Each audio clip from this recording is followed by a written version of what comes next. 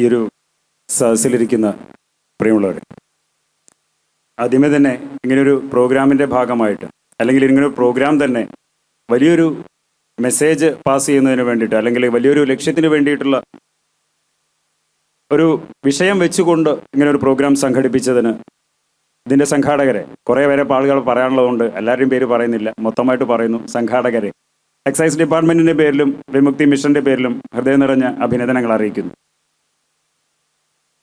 സത്യത്തിൽ ഇവിടെ കഴിഞ്ഞിടത്തോളം കാര്യങ്ങൾ മുഴുവൻ, പറഞ്ഞിടത്തോളം കാര്യങ്ങൾ മുഴുവൻ ഒരു എൻ്റർടൈൻമെൻറ്റ് മൂടുള്ള കാര്യങ്ങളാണ് മൊത്തം, തുടക്കം മുതലുള്ള കാര്യങ്ങളൊക്കെ. പക്ഷേ എന്നെ സംബന്ധിച്ചിടത്തോളം, എൻ്റെ ഔദ്യോഗിക ജീവിതത്തെ സംബന്ധിച്ചിടത്തോളം, അത് ഈ മയക്കുമരുന്നിനെ സംബന്ധിച്ചാണെങ്കിലും ലഹരി വസ്തുക്കളെ കുറിച്ചാണെങ്കിലും നല്ലതൊന്നും ഞങ്ങൾക്ക് പറയാനില്ല എന്നുള്ളതാണ് ഞങ്ങളുടെ ഏറ്റവും വലിയൊരു സങ്കടവും. 23 കൊല്ലമായി എക്സൈസ് ഡിപ്പാർട്ട്മെൻറ്റിൽ ജോലി എടുക്കാൻ തുടങ്ങിയിട്ട്. 15 കൊല്ലത്തോളമായിട്ട് നമ്മുടെയൊക്കെ കുട്ടികളുടെ അടുത്ത് അല്ലെങ്കിൽ പാരൻസിൻ്റെ അടുത്തൊക്കെ സ്കൂളുകളും കോളേജുകളൊക്കെ നടന്ന് കയറി ഇറങ്ങി ക്ലാസ് എടുക്കുന്ന ഒരാളാണ് ഞാൻ. അതിനേക്കാളും ഉപരിയായിട്ട് ഒരു JCI ട്രെയിനർ കൂടിയാണ്. അതുകൊണ്ട് തന്നെ സന്തോഷം വരുന്ന കാര്യങ്ങളൊന്നും നമുക്ക് പറയാനില്ല. പക്ഷെ ഒരു കാര്യമുണ്ട്, ഇഷ്ടംപോലെ ആളുകൾ ഞങ്ങളെ വിളിക്കാറുണ്ട്, ഇഷ്ടം പോലെ. അത് മുമ്പാണെങ്കിൽ ഭാര്യമാർ മാത്രമാണ് വിളിക്കുക, ഭർത്താക്കന്മാരുടെ മദ്യപയോഗം കൊണ്ട് പൊറുതിമുട്ടിയ ഭാര്യമാർ. കുറച്ച് കാലം ഇങ്ങ് കഴിഞ്ഞപ്പോൾ വിളികളുടെ എണ്ണം കൂടി. ഇന്നും അങ്ങനെയുള്ള വിളികളുണ്ട്, പക്ഷെ അതിനേക്കാളും 100 ഇരട്ടി വിളികൾ വേറെയാണ്. ആരാ വിളിക്കണേ? അമ്മ, അച്ഛൻ, ചേട്ടൻ, ചേച്ചി. ആവശ്യം എന്താണ്? ആവശ്യം പഴയത് തന്നെയാണ്, സാറെ രക്ഷിക്കണം സാറേ. പക്ഷെ ആരെയാ രക്ഷിക്കേണ്ടേ എന്നൊരു ചോദ്യത്തിൻ്റെ മറുപടി ഇടക്കാലത്ത് ഒന്ന് മാറി. അന്ന് അവരാവശ്യപ്പെട്ടിരുന്നത് എൻ്റെ കുട്ടീനെ രക്ഷിക്കണം സാറേ, എൻ്റെ മകനെ അല്ലെങ്കിൽ എൻ്റെ മകളെ രക്ഷിക്കണം സാറേ എന്നായിരുന്നു. ഇന്നിപ്പോൾ വിളികളുടെ എണ്ണം വീണ്ടും കൂടിയിട്ടുണ്ട്. വിളിക്കുന്നത് അവരൊക്കെ തന്നെയാണ്, അമ്മയും അച്ഛനും ചേട്ടനും ചേച്ചിയും ഒക്കെ തന്നെയാണ്. ആവശ്യവും പഴയത് തന്നെയാണ്, രക്ഷിക്കണം സാർ. പക്ഷെ ആരെ രക്ഷിക്കണം എന്നുള്ളൊരു ചോദ്യത്തിൻ്റെ മറുപടി ഇന്ന് എല്ലാവരും പറയുന്നത് സാറേ ഞങ്ങളെ രക്ഷിക്കണം സാറേ എന്നാണ്. ആരെന്നാ രക്ഷിക്കണ്ടേ? സ്വന്തം മക്കളിൽ നിന്ന്. സ്വന്തം മക്കളിൽ നിന്ന് രക്ഷ തേടിക്കൊണ്ട് കരയുന്ന രക്ഷിതാക്കളുടെ നാടായിട്ട് മാറുന്ന ഒരു കൊച്ചു കേരളമാണ് ഇന്നും നമ്മൾ കണ്ടുകൊണ്ടിരിക്കുന്നത്. ഇപ്പൊ കഴിഞ്ഞ ദിവസം ഒരു അമ്മ വിളിച്ചിട്ട് കരഞ്ഞുകൊണ്ട് പറഞ്ഞത് എന്താണെന്നറിയോ? രക്ഷിക്കണമെന്ന് പറഞ്ഞു. എന്താണ് പ്രശ്നമെന്ന് ചോദിച്ചപ്പോൾ സാറേ മകന് പണത്തിന് വേണ്ടിയിട്ട് ഭീഷണിപ്പെടുത്തുന്നു. എന്ത് ചെയ്തിട്ടാണ്, എങ്ങനെയാണ് ഭീഷണിപ്പെടുത്തുന്നത് ചോദിച്ചപ്പോൾ അമ്മ പറഞ്ഞു എനിക്കത് നിങ്ങളോട് പറയാൻ വിഷമമുണ്ട് സാറേ എന്ന് പറഞ്ഞു. അവസാനം പറഞ്ഞിട്ടുള്ളൊരു കാര്യം എന്താണെന്നറിയോ? മകൻ വന്ന് പണം ചോദിച്ചപ്പോൾ കൊടുക്കാത്തതിന് ഈ മകൻ ചെയ്തത് എന്താണെന്നറിയോ? അമ്മ കുളിക്കുന്നതിൻ്റെ നഗ്ന വീഡിയോ എടുത്തിട്ട് അത് കാണിച്ച് അമ്മയെ ഭീഷണിപ്പെടുത്തുന്നു. ഇത് എനിക്ക് പണം തന്നില്ലെങ്കിൽ ഞാനിത് ലീക്ക് ചെയ്യും, അല്ലെങ്കിൽ ഓൺലൈനിൽ ഇതാക്കുമെന്ന് പറഞ്ഞുകൊണ്ടാണ്. എന്ത് പറയണം ഞങ്ങളെന്ന് നമുക്കറിയില്ല. പക്ഷെ ഒരു കാര്യം ഞാൻ പറയാം, ഞാനൊരൊറ്റ കാര്യമാണ് ഇപ്പോൾ ഇവിടെ പറയുന്നുള്ളൂ. ഇന്നത്തെ ഈ ഒരു സമൂഹത്തിൽ, ഇന്നത്തെ ഒരു കാലഘട്ടത്തിൽ നമ്മുടെ മക്കൾ ലഹരി വസ്തുക്കൾക്ക് അടിമപ്പെടാനുള്ള ഒരു സാധ്യത വളരെ അധികമാണ്. പക്ഷെ ഇന്ന് നമ്മുടെ സമൂഹത്തിൽ കണ്ടുവരുന്ന വലിയൊരു തെറ്റ് ഞാനൊന്ന് ചൂണ്ടിക്കാണിക്കട്ടെ. ഒരു ലഹരി വസ്തുവിനെ അടിമപ്പെടുന്നു എന്നതിൻ്റെ കാര്യത്തിൽ മാത്രം അവന് വേണ്ട സമയത്ത് ഒരു രക്ഷിതാവ് എന്തു ചെയ്യണമോ അത് ചെയ്യാത്ത ഒരവസ്ഥ ഇന്ന് നമ്മുടെ നാട്ടിലുണ്ട്. ഒരു കുട്ടിയുടെ കയ്യിൽ നിന്ന് എന്തെങ്കിലും ഒരു വലുതൊന്നും വേണ്ട, ഒരു സിഗരറ്റ് കിട്ടിയാൽ പോലും ആദ്യം 4 അടിയാണ്, പിന്നെ കുറേ ചീത്ത പറച്ചിലാണ്, പിന്നെ കുറേ ഉപദേശം. എവിടുന്ന് കിട്ടി, എന്ത് കിട്ടി, ചോദ്യം പറച്ചിലും കാര്യങ്ങളൊക്കെ. ഇന്ന് ലോകാരോഗ്യ സംഘടന പോലും ഡിക്ലെയർ ചെയ്തിട്ടുള്ളൊരു കാര്യമുണ്ട്, ലഹരിക്ക് അടിമപ്പെടുക എന്ന് പറഞ്ഞാൽ അതൊരു അസുഖമാണ്. അതൊരു അസുഖമായിട്ട് കാണാൻ ഇന്ന് പലപ്പോഴും രക്ഷിതാക്കൾ തയ്യാറാകാത്തതാണ് പലപ്പോഴും ഇന്നത്തെ വലിയൊരു വിഷയവും. അസുഖമാണെങ്കിൽ നമ്മൾ എന്താ ചെയ്യണ്ടേ? ചികിത്സ കൊടുക്കുകയാണ് വേണ്ടേ? ഒരു കൗൺസിലിങ്ങിനോ ഒരു സൈക്കാട്രിസ്റ്റിൻ്റെ അടുത്തോ ഒരു സൈക്കോളജിസ്റ്റിൻ്റെ അടുത്തോ നമ്മുടെ മക്കളെ കൊണ്ടുപോകാൻ സാറേ പുറത്തിറങ്ങാൻ മോശമല്ലേ? എത്രയോ പേരൻസ് നമ്മളോട് ചോദിച്ചിട്ടുണ്ട്, പുറത്തിറങ്ങാൽ മോശമല്ലേ? ചെയ്യേണ്ട സമയത്ത് ചെയ്യാതെ അവസാനം കുട്ടി സൈക്കിക്കാവുന്ന, വയലൻ്റ് ആവുന്ന ഒരു അവസ്ഥയിലേക്ക് എത്തിയിട്ട് അവന് ചെയ്യേണ്ട പരാക്രമങ്ങൾ മുഴുവൻ കാണിച്ചു കൂട്ടുമ്പോൾ അവനെ മാത്രം കുറ്റം പറയുന്നത് എന്തിനാണ് എന്നൊരു തിരിച്ചു ചോദ്യം എനിക്കും ചോദിക്കാനുണ്ട്. നമ്മളെ വിളിക്കുന്ന ഒട്ടുമിക്ക ആളുകളും കുട്ടികൾ കുറേ മുമ്പ് തന്നെ എന്തെങ്കിലും ചെറിയ തരത്തിലുള്ള മയക്കുമരുന്ന് അല്ലെങ്കിൽ ലഹരി വസ്തുക്കൾ ഉപയോഗിക്കുന്നത് അറിഞ്ഞുകൊണ്ട്, ഇത് മറച്ചു വെച്ചുകൊണ്ട്, അല്ലെങ്കിൽ സ്വന്തം വീട്ടിൽ സ്വന്തമായിട്ടുള്ള രീതിയിൽ ചെയ്തുകൊണ്ട് അവസാനം ഒന്നും ചെയ്യാൻ പറ്റാത്തൊരു നിവൃത്തികെട്ടൊരു അവസ്ഥ വരുമ്പോഴാണ് മറ്റുള്ള അതോറിറ്റീസിനെ, അതായത് എക്സൈസിനെയോ പോലീസിനെയോ ഒക്കെ വിളിക്കുക, രക്ഷിക്കണം സാറേ. സത്യം, ഈ അടുത്ത കാലത്ത് നടന്ന ഏതൊരു കുറ്റകൃത്യങ്ങൾ നടന്ന ഏതൊരു കേസ് എടുക്കുകയാണെങ്കിലും അതിലൊക്കെ നമ്മൾ അതിൻ്റെ പിന്നാലെ പോയാൽ നമുക്ക് മനസ്സിലാക്കാവുന്ന ഒരു കാര്യമുണ്ട്. ഒരു സുപ്രഭാതത്തിൽ മയക്കുമരുന്ന് അടിച്ചു വന്നിട്ട് കച്ചറുണ്ടാക്കിയതെന്ന് ആയിരിക്കില്ല അവരൊന്നും. കുറച്ച് മുമ്പേ ഇവർ ചെറുതൊക്കെ തുടങ്ങിയിട്ടൊക്കെയാണ് അവിടേക്ക് വന്നിട്ടുള്ളത്. ആ തുടങ്ങുന്ന സമയത്ത്, ഇത് അറിയുന്ന സമയത്ത് രക്ഷിതാക്കൾ ഒന്നും ചെയ്യാതെ നോക്കി നിൽക്കും. എന്നിട്ട് വയലൻ്റ് ആവുന്ന, സൈക്കിക് ആവുന്ന ഒരു അവസ്ഥയിലേക്ക് എത്തിയിട്ട് കൈകാലിട്ടടിച്ച് കരഞ്ഞിട്ട് കാര്യമില്ല. അവിടെയാണ് എനിക്ക് നിങ്ങളോട് സൂചിപ്പിക്കാനുള്ളത്. അതിൻ്റെ പല വേർഷൻസ്, അവൻ്റെ ലഹരി വസ്തുക്കളുടെ ലോകത്തേക്ക് എത്തപ്പെടാനുള്ള കാരണങ്ങളും അത് ഇതൊക്കെ പലരും പല കാര്യങ്ങൾ പല രീതിയിൽ ഇവിടെ വന്ന് പറഞ്ഞു പോയി. ഈ ഒരു 2020 ശേഷമാണ് നമ്മുടെ നാട്ടിൽ ഇത്രയധികം മയക്കുമരുന്നുകൾ പല തരത്തിലുള്ള, പ്രത്യേകിച്ച് രാസലഹരി നമ്മുടെ നാട്ടിൽ പിടിമുറുക്കിയത്. 23 കൊല്ലത്തിൻ്റെ ഇടയിൽ ഞാൻ ആദ്യമായിട്ട് ഇത്തരം രാസലഹരി കണ്ടത് 2020 ശേഷമാണ്. കാരണം ഞങ്ങൾക്കൊരു കേസ് കിട്ടണം അന്നാണ്, കെട്ടിയാലേ കാണാൻ പറ്റൂ. പക്ഷെ അവിടെ നിന്ന് ഇങ്ങോട്ട് ഇന്നത്തെ നമ്മുടെ ഒരു സങ്കടം എന്താണെന്നൊരു UP സ്കൂൾ കോമ്പൗണ്ടുകളിലേക്ക് വരെ എത്തി തുടങ്ങിയിരിക്കുന്നു ഇന്ന് രാസലഹരികൾ. അത് ഏതൊക്കെ രൂപത്തിൽ നമ്മുടെ മക്കളിലേക്ക് എത്തുന്നു എന്ന് പോലും പറയാൻ പറ്റില്ല.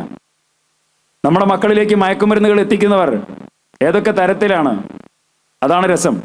ഉറക്കൊഴിഞ്ഞ് പഠിക്കണമെങ്കിൽ മയക്കുമരുന്ന് ഉപയോഗിച്ചാൽ മതി എന്ന് പറഞ്ഞ് നമ്മുടെ കുട്ടികൾക്ക് മരുന്ന് കൊടുക്കാൻ ആളുണ്ട്. പഠിക്കുന്നത് മുഴുവൻ ഓർമ്മയിൽ നിൽക്കാൻ, ഓർമ്മശക്തി വർദ്ധിപ്പിക്കാനാണ് ഈ മരുന്ന് കുടിച്ചാൽ മതി എന്ന് പറഞ്ഞ് നമ്മുടെ മക്കൾക്ക് മയക്കുമരുന്ന് കൊടുക്കാൻ ഇന്ന് ആളുണ്ട്. കുട്ടികൾക്കുണ്ടാകുന്ന ഫിസിക്കൽ പ്രശ്നങ്ങൾ അതില്ലാതാക്കാൻ, മറ്റുള്ള ചെറിയ ചെറിയ അസുഖങ്ങളൊക്കെ അത് മാറണമെങ്കിൽ ഈ മരുന്ന് കുടിച്ചാൽ മതി എന്ന് പറഞ്ഞ് നമ്മുടെ മക്കൾക്ക് മയക്കുമരുന്ന് കൊടുക്കാൻ ആളുണ്ട്. കാലം അങ്ങനെയാണ്. ഏതൊക്കെ രീതിയിൽ നമ്മളിലേക്ക് എത്തുന്നു എന്ന് പറയാൻ പറ്റില്ല. ഒരു സമയത്ത് നമ്മൾ കുട്ടികൾക്ക് ക്ലാസ് എടുക്കുമ്പോൾ പറയാറുണ്ട്, ഫുട്ബോളിൻ്റെ ലഹരിയെക്കുറിച്ച് ഞാൻ വല്ലാതെ പറയാറുണ്ട്. എനിക്ക് ഏറ്റവും ഇഷ്ടപ്പെട്ടൊരു കളി ഫുട്ബോളാണ്. ആ ഒരു 4 വരേൻ്റെ ഉള്ളിലേക്ക് കളിക്കാൻ ഇറങ്ങിയാൽ നമുക്ക് മറക്കാൻ പറ്റാത്ത കാര്യങ്ങളില്ല എന്നൊക്കെ നമ്മൾ പറയാറുണ്ട്. പക്ഷേ ഈ അടുത്ത കാലത്ത് ഒരു കോച്ചിങ് ക്യാമ്പിൽ ക്ലാസ് എടുക്കാൻ വേണ്ടി പോയപ്പോൾ ഞാൻ ഈ ഫുട്ബോളിൻ്റെ ലഹരിയെക്കുറിച്ചൊക്കെ പറഞ്ഞ് തിരിച്ചിങ്ങോട്ട് പോരുമ്പോൾ ഒരു പയ്യൻ വന്നിട്ട് എന്നോട് പറഞ്ഞു, സാറേ എൻ്റെ ഒരു ഫ്രണ്ട് ഉണ്ട്, ഫുട്ബോൾ ഒന്നുകൊണ്ട് മാത്രമാണ് അവൻ്റെ ജീവിതം ഇല്ലാതായത്. ഞാൻ ചോദിച്ചാൽ എങ്ങനെ? അവൻ മയക്കുമരുന്നിന് അഡിക്റ്റഡ് ആണ്. എങ്ങനെ? ഫുട്ബോൾ കാരണം. അത് എങ്ങനെയെന്ന് ചോദിച്ചപ്പോൾ അവൻ പറഞ്ഞാൽ എന്താണെന്നൊരു, സാറേ ദിവസം 2-3 കളിയൊക്കെ കളിക്കാൻ വേണ്ടിയിട്ട് സെവൻസിൻ്റെ സീസൺ ഉണ്ടായി തുടങ്ങിയാൽ അവന് ഇഷ്ടംപോലെ കളികൾ ഓഫർ വരും. ഒന്നാം മോസ്റ്റ് വാണ്ടഡ് പ്ലെയർ ആയിരുന്നു, അതുകൊണ്ട് തന്നെ ഇഷ്ടംപോലെ കളികൾക്ക് കളിക്കാൻ വേണ്ടി ആളുകൾ വിളിക്കാൻ വരും. ഒരു കളി കളിക്കാനുള്ള ഒരു ബുദ്ധിമുട്ട്, 1 മണിക്കൂർ കളിക്കാനുള്ള ബുദ്ധിമുട്ട് എന്താണെന്ന് ഇന്നത്തെ കാലത്ത് സെവൻസിനൊക്കെ നമുക്കറിയാം. അപ്പോൾ പിന്നെ 2-3 കളിയൊക്കെ കളിക്കണമെങ്കിൽ എനർജി ബൂസ്റ്റർ എന്ന പേരിലാണ് അവനേക്ക് സാധനം കൊടുത്തത്. ഇവിടെയാണ് എനിക്ക് നിങ്ങളോടും പറയാനുള്ളത്. ഏതൊക്കെ രീതിയിൽ നമ്മളിലേക്ക് എത്തുമെന്നൊന്നും പറയാൻ പറ്റില്ല. പക്ഷെ ഒരു സത്യം മനസ്സിലാക്കുക, നമ്മുടെ നാട്ടിൽ അല്ലെങ്കിൽ നമ്മുടെ കുട്ടി ലഹരി വസ്തു ഉപയോഗിച്ചതിൻ്റെ പേരിൽ അവരെ ശിക്ഷിക്കുമ്പോൾ, അവരെ ശാസിക്കുമ്പോൾ, നമ്മുടെ നാട്ടിൽ മയക്കുമരുന്ന് പെരുകുന്നതിൻ്റെ പേരിൽ പലരെയും നമ്മൾ കുറ്റപ്പെടുത്താറുണ്ട്. ഞങ്ങൾ എക്സൈസ് ഡിപ്പാർട്ട്മെൻറ്റ് പോരാഞ്ഞിട്ടാണ്, പോലീസ് ശരിയല്ല, നിയമം ശരിയല്ല, ഭരണം ശരിയല്ല, കാര്യങ്ങളൊക്കെ നമുക്ക് പറയാം. പക്ഷെ ആരെയൊക്കെ കുറ്റപ്പെടുത്തുമ്പോഴും നമ്മുടെയൊക്കെ മക്കളെ ലഹരി വസ്തുക്കൾ എന്തെങ്കിലുമൊക്കെ ഉപയോഗിക്കുമ്പോൾ അവരെ ശിക്ഷിക്കുമ്പോഴും ഒരു കാര്യം മാത്രം മനസ്സിൽ ആലോചിക്കുക, സ്വന്തം മനസാക്ഷിയോടൊന്ന് ചോദിക്കുക, ഇന്ന് ഈ ഒരു നിമിഷം വരെയുള്ള എൻ്റെ ജീവിതത്തിൽ ഞാൻ എന്ത് ചെയ്തിട്ടുണ്ട് ഇത്തരം ലഹരിക്കെതിരെ എന്നുള്ളത്. എന്തെങ്കിലും ചെയ്തിട്ടുണ്ട് എന്ന് പറയാൻ പറ്റുന്നവർ മാത്രമേ നാളെ നമ്മുടെ മക്കളെ പോലും കുറ്റം പറയാൻ പാടൂ. അല്ലെങ്കിൽ അതിനുള്ളൊരു അവകാശം ഇല്ല എന്ന് പറയാൻ ആഗ്രഹിക്കുന്ന ഒരു അച്ഛനാണ് ഞാൻ. കാര്യം കുറച്ച് എക്സൈസുകാരും പോലീസുകാരും മാത്രം വിചാരിച്ചാൽ നമ്മുടെ കുട്ടികളെ ലഹരി വസ്തുക്കളുടെ ലോകത്ത് നിന്ന് രക്ഷിക്കാൻ സാധിക്കില്ല. നാടൊട്ടുക്ക് ഒന്നിച്ചു നിന്നെങ്കിൽ മാത്രമേ എന്തെങ്കിലുമൊക്കെ ചെയ്യാൻ പറ്റൂ. ആ ഒന്നിച്ചു നിൽക്കുന്നതിൻ്റെ കൂടെ എല്ലാവരും നമ്മുടെ പ്രശ്നമാണ് എന്ന് അറിഞ്ഞുകൊണ്ട്, എനിക്കിത് എന്നെ ബാധിക്കുന്ന ഒരു കാര്യമാണ് എന്നറിഞ്ഞുകൊണ്ട് ഒന്നിച്ചു നിൽക്കാനുള്ളൊരു മനസ്സുണ്ടാവുക എന്നുള്ളതാണ്. ആ ഒരു ആവശ്യം പറയാൻ വേണ്ടി മാത്രമാണ് ഞാൻ ഈ ഒരു അവസരത്തിൽ ഇവിടെയും വന്നിട്ടുള്ളത്. ഒന്നിച്ചു നിൽക്കാം ലഹരിക്കെതിരെ, ലഹരി വസ്തുക്കൾക്കെതിരെ. ലഹരിക്കെതിരെ എന്ന് പറയുന്നൊരു തെറ്റുണ്ട്. നമ്മുടെ മക്കളുടെ ജീവിതം ഇല്ലാതാക്കുന്ന, നമ്മുടെ കുടുംബ ജീവിതം ഇല്ലാതാക്കുന്ന ലഹരി വസ്തുക്കൾക്കെതിരെ ഒന്നിച്ചു നിൽക്കാം. അതിന് 2 കാര്യമേ എനിക്ക് പറയാനുള്ളൂ. ഒന്ന്, ചേർത്ത് നിർത്തുക നമ്മുടെ മക്കളെ. കാര്യം ഇന്നത്തെ ഏറ്റവും വലിയൊരു ശാപവും അതാണ്. സ്വന്തം കുടുംബത്തിൽ, സ്വന്തം വീട്ടിൽ സന്തോഷത്തിൻ്റെതായിട്ടുള്ള ഒരു ലഹരി കണ്ടെത്താൻ നമുക്ക് പറ്റാതെ പോകുന്നു എന്നുള്ളതാണ്. ഞാൻ പറഞ്ഞല്ലോ, 15 കൊല്ലമായി ഇങ്ങനെ ക്ലാസ് എടുക്കാൻ പോകുന്ന ഒരാളാണ് ഞാൻ. തുടങ്ങിയ അന്ന് മുതൽ സ്കൂളുകളിൽ ക്ലാസ് എടുക്കാൻ വേണ്ടി പോകുമ്പോൾ പാരൻസിനോട് ചോദിക്കാറുള്ളൊരു ചോദ്യമുണ്ട്. വീട്ടിൽ സ്വന്തം മക്കൾക്ക് കെട്ടിപ്പിടിച്ച് ഉമ്മ കൊടുക്കുന്ന എത്ര പേരുണ്ട് ഈ കൂടെ എന്ന് ചോദിക്കാറുണ്ട് ഞാൻ. ഏറ്റവും സങ്കടം എന്താണെന്നറിയോ? അതൊരു LP സ്കൂളിലെ പേരൻസ് ആണെങ്കിൽ 100% അമ്മമാരുടെ അച്ഛന്മാരുടെ കൈപൊന്താറുണ്ട്. അതൊരു UP സ്കൂളിലേക്ക് എത്തുകയാണെങ്കിൽ ഒരു 70% താഴും. ഹൈസ്കൂൾ എത്തുകയാണെങ്കിൽ ഒരു 40% താഴെയാണ്. അതൊരു ഹയർ സെക്കൻഡറി ആണെങ്കിൽ ഒരു 10 to 20. ഈ അടുത്ത കാലത്ത് ഒരു ഹയർ സെക്കൻഡറി സ്കൂളിൽ +2 കുട്ടികൾക്ക് ക്ലാസ് എടുക്കാൻ വേണ്ടി പോയി 120 കുട്ടികളിൽ ഒരാളുടെ പോലും കൈപൊന്തിയില്ല വീട്ടിൽ അച്ഛനമ്മയ്ക്കും കെട്ടിപ്പിടിക്കുന്ന ഉമ്മ കൊടുക്കുന്ന എത്ര പേരുണ്ടെന്ന് ചോദിച്ചിട്ട്. ഇതിൻ്റെ ഒരു കുഴപ്പം എന്താണെന്നറിയോ? നമ്മുടെ മക്കളുടെ മാറ്റങ്ങൾ അറിയുന്നതിൽ രക്ഷിതാക്കൾ പരാജയപ്പെടുന്നു എന്നുള്ളതാണ്. ഒരു കുട്ടി ലഹരി വസ്തു ഉപയോഗിച്ചാൽ എങ്ങനെ അറിയാമെന്ന് പാരൻസ് ചോദിക്കുമ്പോൾ ഞങ്ങൾക്കൊരൊറ്റ മറുപടിയുള്ളൂ, അവൻ്റെ പെരുമാറ്റത്തിൽ അല്ലെങ്കിൽ അവരുടെ സ്വഭാവത്തിലുള്ള മാറ്റങ്ങൾ അറിയുക. അത് അവനായാലും അവളായാലും. അത് അറിയണമെങ്കിൽ അവരോടൊപ്പം ഉണ്ടാകണം എന്നുള്ളൊരവസ്ഥ. ഒരു സത്യം കൂടി മനസ്സിലാക്കുക, നമ്മുടെ കുട്ടി എന്തെങ്കിലും ഒരു തെറ്റ് ചെയ്താൽ, ഒരു ലഹരി വസ്തു ഉപയോഗിക്കുകയോ അല്ലെങ്കിൽ എന്തെങ്കിലും ഒരു അച്ഛനും അമ്മയും അറിയാതെ പാടില്ല എന്ന് അവൻ വിചാരിക്കുന്ന ഒരു തെറ്റ് ചെയ്താൽ അവൻ ഒരിക്കലും നമ്മുടെ മുന്നിലേക്ക് അടുത്തേക്ക് വരില്ല, നമ്മളോട് സംസാരിക്കാൻ വരില്ല, നമ്മുടെ മുഖത്തോട് മുഖം നോക്കി സംസാരിക്കാൻ വരില്ല, അത് എത്ര വികൃതിയുള്ള കുട്ടികളായാലും. അപ്പൊ ഈ ഒരു അടുപ്പം കുറഞ്ഞു പോകുന്നതാണ് ഇന്ന് വീടുകളിൽ ഏറ്റവും വലിയൊരു ശാപമായി മാറുന്നത്.